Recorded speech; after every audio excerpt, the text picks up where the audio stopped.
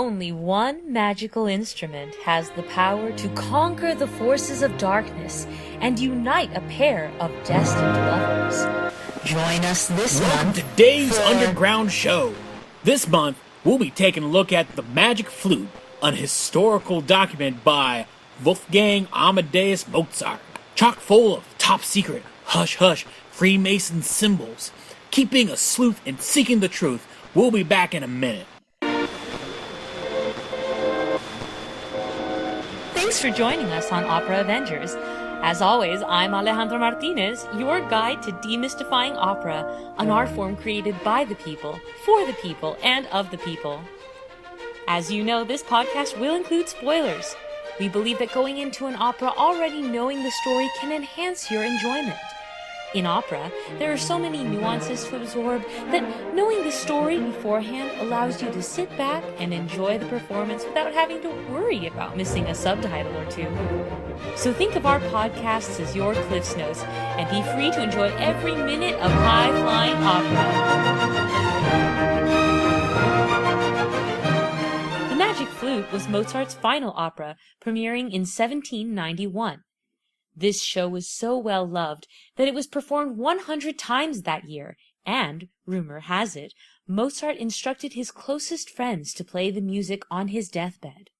Now, usually we run a cute little gimmick to tell our story, but this time we'll be telling the story exactly as... Now what's on the docket today? Oh yeah, Freemasonry in the Magic Flute, 1791. This opera was written at the tail end of the Age of Enlightenment. A golden age where people were big fans of intelligence and peace. As you may know, Mozart and the guy who wrote the libretto, Mr. Emanuel Schikaneder, were both Freemasons, so obviously, whether they knew it or not, a lot of their ideologies made their way into the show. Nobody knows much about Freemasons apart from what we've seen on National Treasure, and that's mostly because members are sworn to secrecy. But most people agree that Flute follows the typical Freemason story of initiation. The main character is going to be initiated into a mysterious group and tested in ways to help balance his higher evolved intellect with his lower human instincts and desires, or something. Now, the first key of the overture is an E-flat major. It's a key written with 3 flats. The number 3 is really important to the Freemasons. Remember that. 3 is a symbol of the Trinity and the 3 men central to their mythology. Also, on the written page, the flats make a triangular shape that kind of resembles a candle. Many other Freemason composers favored E-flat major too, like Beethoven. And also, this whole thing takes place in ancient Egypt. Lots of Egyptian elements are present in Freemasonry. The pyramid with all the all-seeing eye. Anyone? Sorry, we keep cutting out. Anyway, Act 1 begins with Prince Tamino fleeing for his life from a monstrous serpent, fangs snapping at his heels. Finally, the chase takes its toll on the prince, and he faints. But before the snake can turn him into a meal, the snake is defeated by 3 veiled ladies. The number 3. These women are disciples of the Temple of the Moon and the servants of the Queen of the Night. They have rescued Tamino, hoping that in return he will serve their queen. But Tamino wakes up not to find the 3 ladies, but Papageno, a carefree bird catcher. Tamino assumes he is the one who rescued him, and Papageno is more than happy to take credit for saving a prince's life. But the 3 ladies return to set the record straight. Then the lady's mistress arrives, the Queen of the Night. She charges Tamino with a mission, to rescue her daughter Pamina from the evil priest Zarastro. If he succeeds, then Tamino will be allowed to marry Pamina. One look at a beautiful picture of Pamina is enough to make Tamino agree. To aid him in this quest, the women give Tamino a magic flute, and Papageno magic bells. It's worth noting that Papageno is not just a bird catcher, but he's usually shown covered in feathers, almost as if he's a part bird himself. Papageno is a simpleton, who works for the Temple of the Moon, catching birds in exchange for wine and sponge cake. Fleeting, simple desires. He has no self-control and follows his instincts. He represents the exact opposite of the higher intellectual state of mind that Freemasons, and eventually Tamino, aim for. So, Tamino and Papageno set off on their quest, guided through the forest by 3 boyish guardian angels. 3 again! Their childlike appearance is a symbol for the purity of the higher self Freemasons aspire to.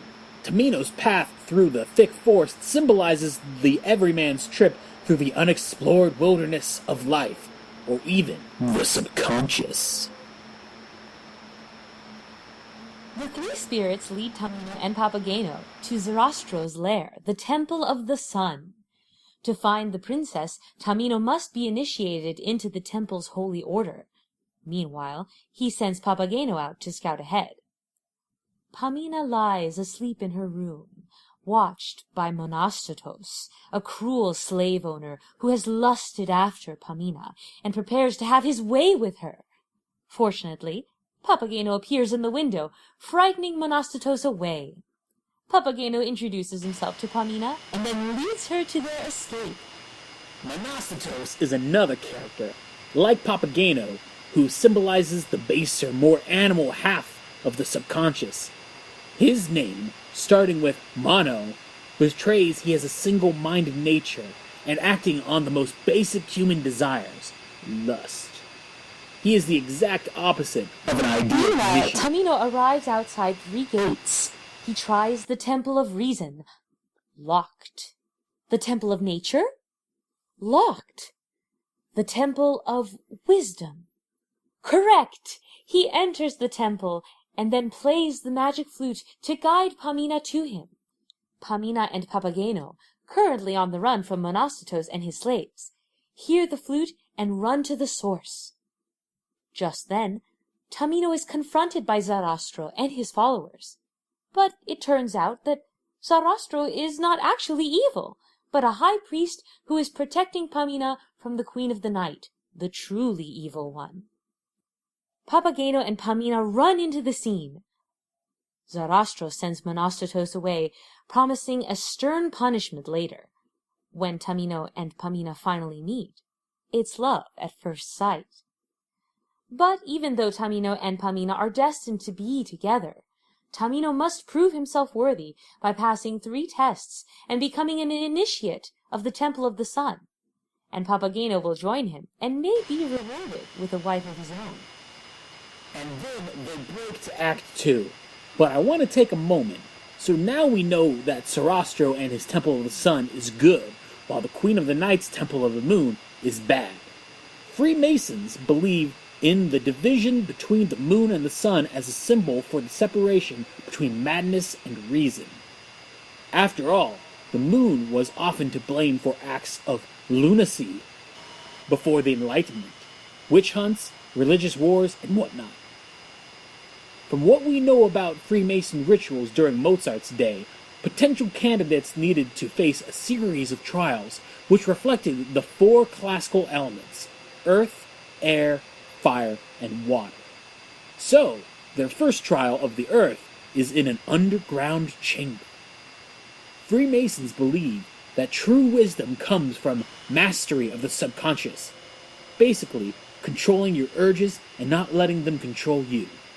So Tamino and Papageno's first task is to refrain from speaking while facing a parade of beautiful women, all of whom are trying to tempt them into breaking their vow of silence. Papageno, having less self-control, can't help but speak, and he is not allowed to move on. Tamino, however, continues traveling onward through air, the second element. During these trials, the Queen of the Night appears to Pamina and delivers the opera's most famous aria, Der Hölle Rache. Roughly translated, hellish rage burns in my heart. Basically, The queen is furious with Zarastro for turning Tamino against her. She threatens to disown Pamina unless she kills Zarastro herself. But Pamina resists. Tamino has passed his first test, and Pamina is brought to him. However, Tamino is still forbidden to speak, and when he ignores Pamina's words, she begins to fear that he no longer loves her. However, 3 spirits appear and assure Pamina that Tamino does still love her. Meanwhile, Papageno still has failed to move on. However, he doesn't really have the drive to care. As simple as he is, he would prefer a glass of wine than any sort of motivation to advance to Tamino's level.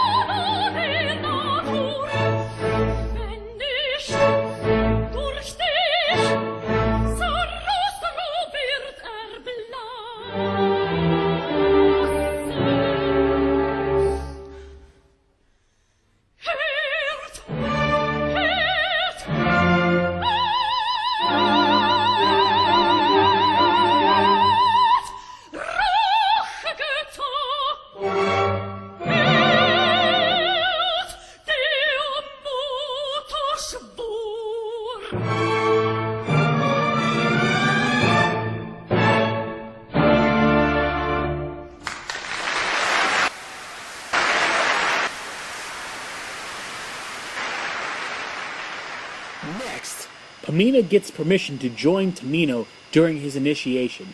A huge deal, considering the Temple of the Sun only allows male initiates. So Tamino and Pamina go inside a cave to take the final 2 tests. The cave mouth is hidden under a waterfall, and a fire can be seen inside. Here, the final 2 elements are present together. As the couple enter the cave, the audience waits outside, not allowed to see what the final tests actually are. Fitting for how outsiders are kept from the inner sanctum of Freemasons. The audience can only hear Tamino playing the magic flute, accompanied by trombones and drums. Finally, Tamino and Pamina emerge from the cave, welcomed by a triumphant chorus as full initiates of the Temple of the Sun. Papageno, however, is still floundering through his trials. He does not become a full initiate, but by playing the magic bells, he does manage to reveal his promised wife, Papagena, the perfect woman for him. Together they sing a lovely duet. However, the Queen of the Night is outraged at the undoing of her plans. She launches a final assault on Zarostro's temple, but a lightning bolt shoots her out of the sky, banishing her, spiraling down into darkness. It's a happy ending, as Zarostro completes the ceremony by blessing Tamino and Pamina, welcoming them into the fold. And that concludes our special look at Mozart's beloved classic, The Magic Flute. Thanks for bearing with us. I know the signal was a bit spotty at times. Well, thanks for bearing with me. I think some kind of opera station was interfering with our signal. Weird. Anyway, that's all I've got. Keep being a sleuth and seeking the truth. This is Dave's Underground Show, signing off. The end. Until next month, I'm Alejandra Martinez, and thank you for listening. Opera Avengers is a production of the Great Lakes Light Opera, an organization based out of Cleveland, Ohio, dedicated to bringing opera and all local musical arts to everyone. Today's episode was written by Michael Sayevsky and narrated by Alejandra Martinez. Want to learn more? Visit us at GreatLakesLightOpera.com. Want to help out? Check our donation page or email us at GreatLakesLightOpera1@gmail.com. Oh, and let us know what you'd like to hear next. Unser liebe Kinder singen, liebe kleine Kinderlein,